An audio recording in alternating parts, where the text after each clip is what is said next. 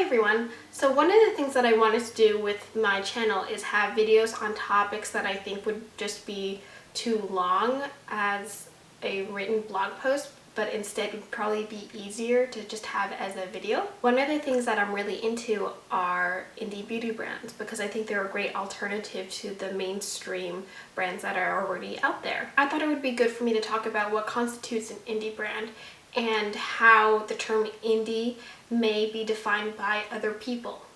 Indie stands for independent, and at its most broadest definition, it means a brand that is independent of a major beauty corporation. So from that, you are left with small businesses, and I think a good analogy to think about indie brands is that most, I would say pretty much all indies are inherently small businesses, but not all small businesses are indie brands. There are a few factors that you can consider when determining whether a brand is indie or not. The first factor is manufacturing. Perhaps the strictest definition of an indie brand is a brand whose owner is handcrafting the products day to day. Some people may not consider a brand indie if they have a lab producing the products. Next, we have the issue of sales, distribution, and then retail stores. Some people may not consider a brand indie if they are being sold by or distributed by a major beauty retailer. Take OCC for example.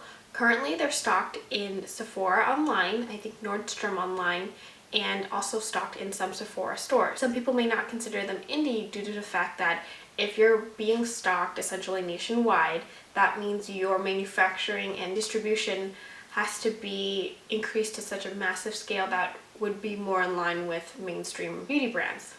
So I think for many, it could be difficult for them to call OCC indie because of the fact that they're producing at such a massive scale. They're most likely having a lab produce the products for them. Now, indie tends to be synonymous with inexpensive, but I don't think that's a correlation that should be made. For one thing, it encourages indie brands to stay within a specific price range, and it also doesn't allow for the expansion of indie products into more luxury products. If brands want to do luxury products, they may not be as well received by the community under the guise that indie should be synonymous with inexpensive. I think also it ignores the concept of economy of scale.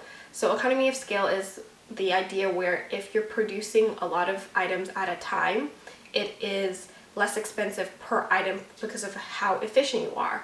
So when indies have to handcraft all their products, obviously they're not going to be as efficient, let's say, as maybe a machine would be. So of course it would cost more per item for an indie to produce an eyeshadow than it is, say, a big company like MAC to produce an eyeshadow, because MAC is producing, let's say, 10,000 units at a time, where indies are, if they're handcrafted, are not going to be as efficient. I think also when you want to pay the owners of these companies a living wage, and you have to consider the fact that packaging is expensive, especially if you're not purchasing thousands of units at a time, and ingredients you aren't buying at such a bulk scale. I would really love to see indies expand into luxury products or just product lines that you don't typically see in indie brands. I think holding indie brands to the belief that they should be inexpensive doesn't really allow for that much expansion. So my definition is, if the owner or founder is still involved with choosing colors and also the formulas,